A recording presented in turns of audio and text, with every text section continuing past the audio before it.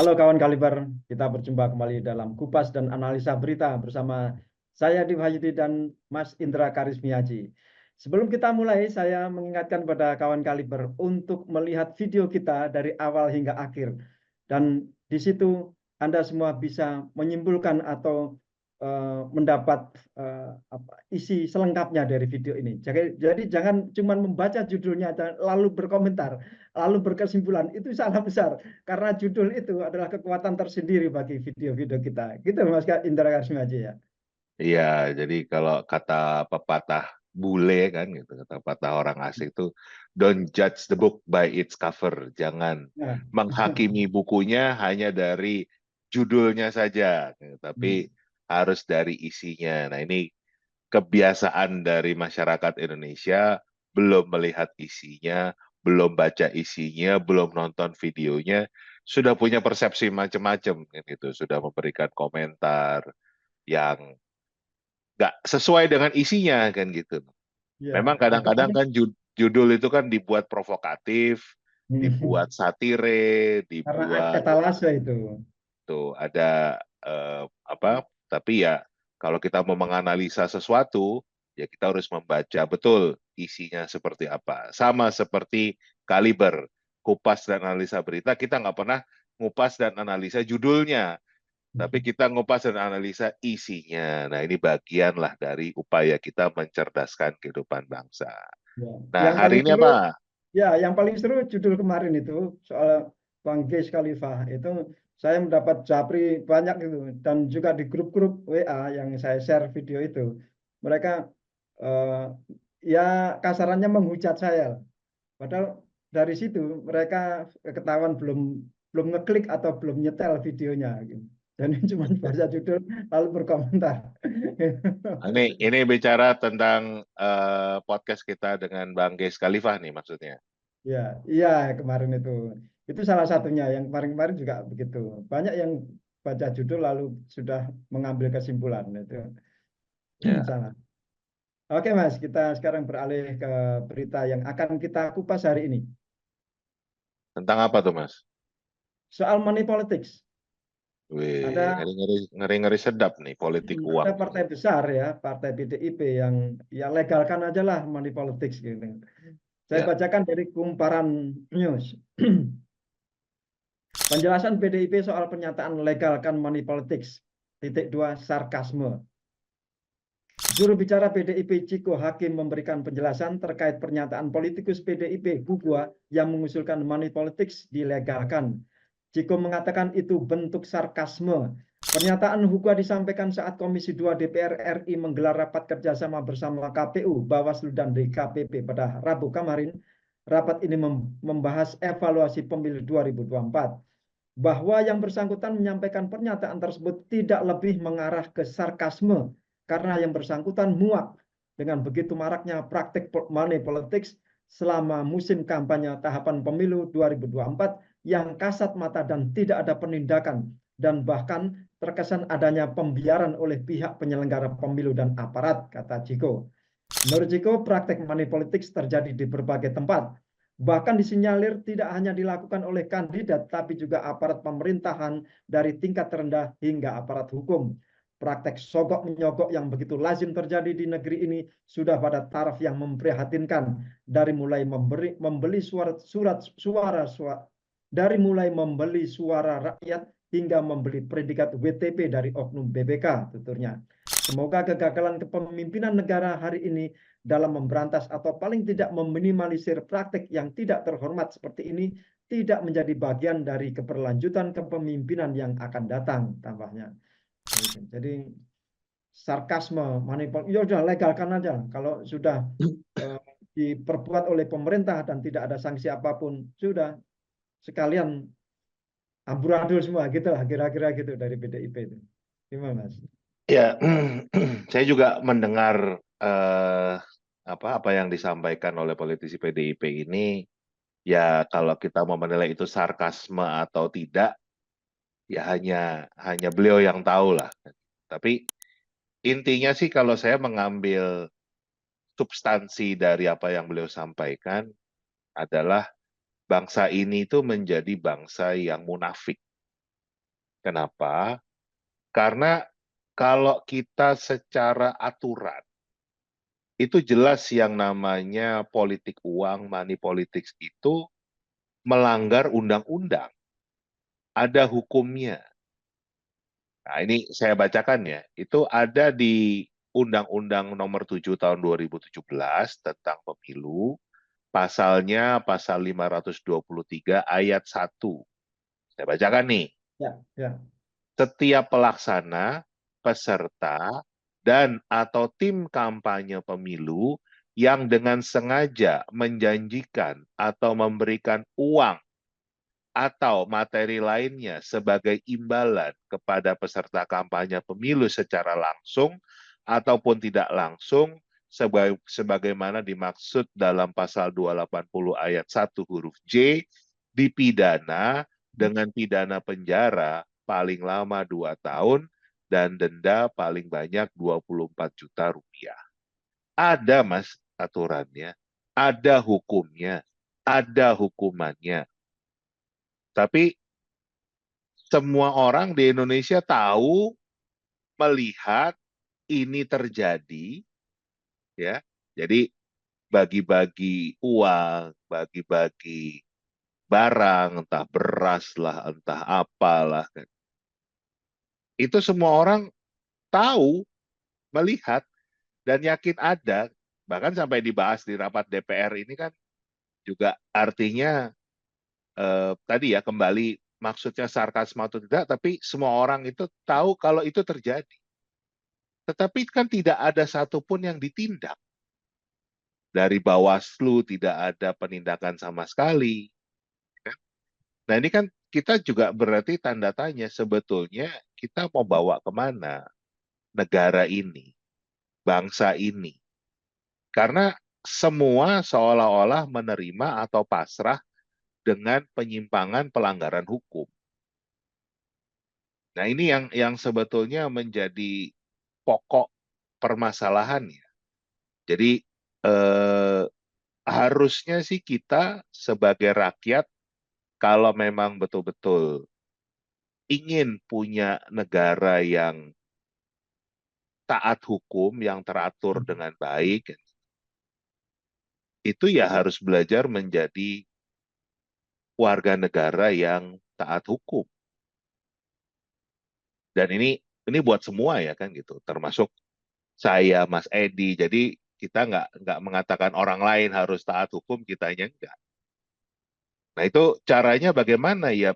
Pertama dengan pada saat pemilu itu kita tidak mau menerima apapun bentuknya yang ditawarkan oleh peserta atau tim kampanyenya kan. Mau itu bentuknya uang, mau itu bentuknya barang, sembako, dan lain sebagainya. Itu harusnya kita tolak. Atau kalau perlu malah kita laporkan ke Bawaslu atau pihak yang berwajib dalam hal ini. Dan pihak yang punya kewajiban untuk menindak juga tidak tebang pilih gitu. Tapi betul-betul memang melaksanakan tugasnya karena pasalnya jelas. Nah, tapi ini kan dibiarkan saja bahkan yang betul-betul tertangkap kamera, Mas.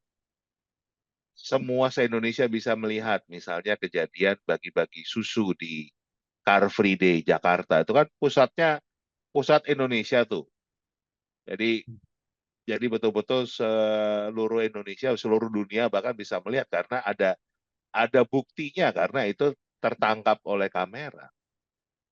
Ya, Tapi tapi lembaga tapi yang harusnya memberi sanksi malah ngeles karena berhadapan iya, dengan kemanusiaan. iya gitu. Itu artinya memang dianggap bangsa ini memang bangsa yang bodoh, mudah ya padahal secara kasat mata sudah kelihatan itu adalah bentuk pelanggaran pasal 523 ini yang tadi saya bacakan, tetapi lembaganya saja mengatakan itu tidak terjadi pelanggaran. Nah, ini yang mudah-mudahan sih dalam waktu dekat kita kan akan menghadapi pilkada ya. ini pasti akan berulang kejadian seperti ini. Nah, ini tergantung dari rakyatnya.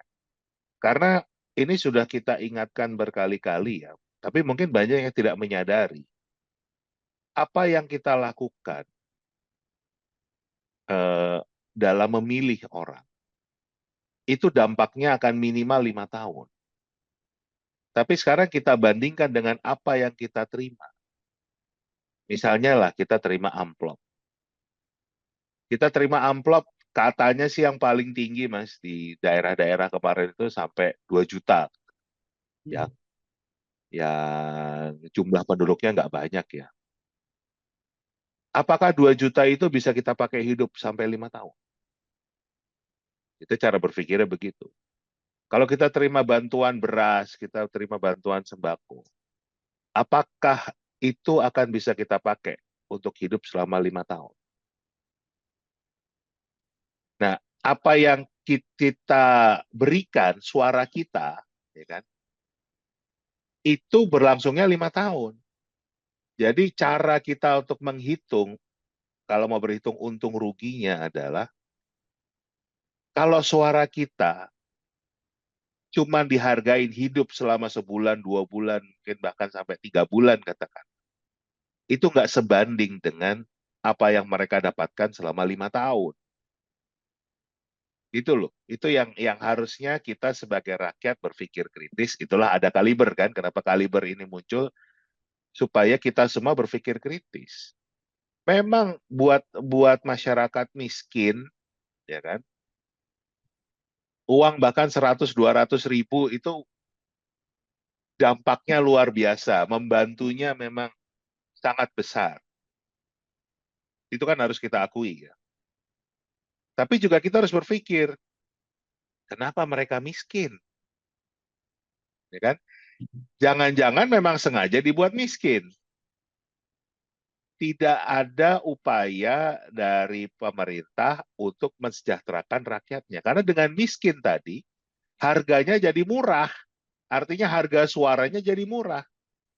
Bayangkan kalau kita misalnya jadi orang yang berpenghasilan tinggi. Mau nggak sih nerima 100-200 ribu buat milih? Enggak kan? Saya pengalaman hidup lama di luar negeri, itu memang setiap pemilu, walaupun ada upaya juga yang disebut dengan politik gentong babi, ya kan? Bagaimana mengupayakan anggaran negara dipakai untuk pencitraan dengan memberikan sesuatu.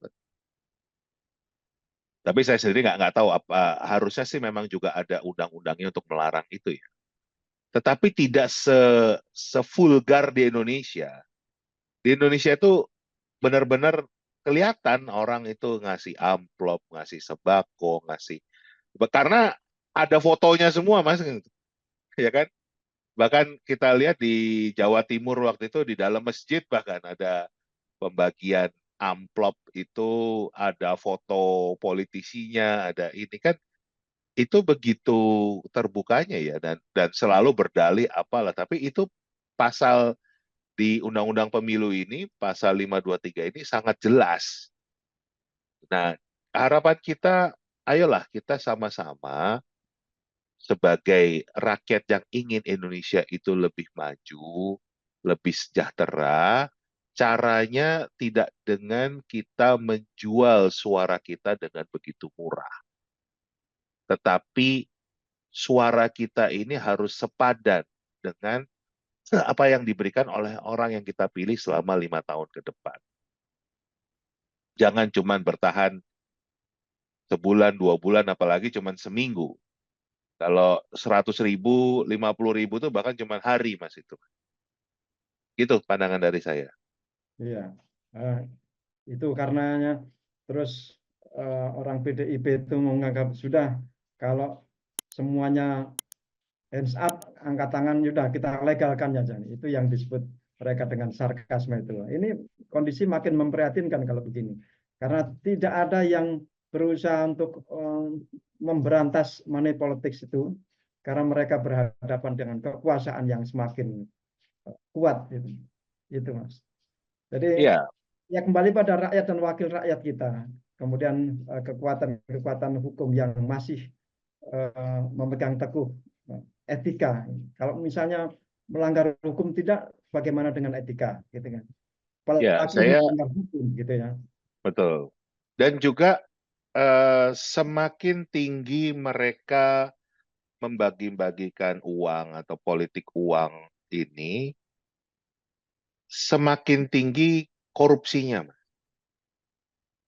Kita sudah pernah bahas ya di beberapa video kita dulu. Ini pengalaman saya sendiri, kenapa juga saya waktu terjun mencoba untuk nyalek, itu saya sangat idealis untuk tidak memberikan eh, bantuan uang atau sembako atau yang lainnya kepada konstituen saya.